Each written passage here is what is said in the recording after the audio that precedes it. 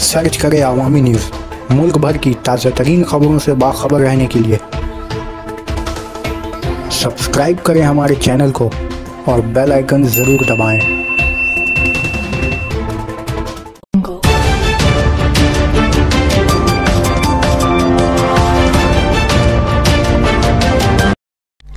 Governor Bengal Dhankhar ने DG police को तलब किया। कोलकाता 3 अगस्त मगरबी बंगाल गवर्नर जगदीप धनखड़ ने रियासती पुलिस चीफ को गवर्नर हाउस में तलब किया है। बताया जा रहा है कि गवर्नर कल जब बैरकपुर के बीजेपी एमपी अर्जुन सिंह के अस्पताल से अयादत कर वापस हुए थे, तभी से इन्होंने रियासत के लॉ एंड ऑर्डर के लिए मुख्तलिफ तरीकों से हालात से बाखबर होने के लिए कोशिश की थी और इसी कड़ी में डीजीपी की तलबी हुई थी।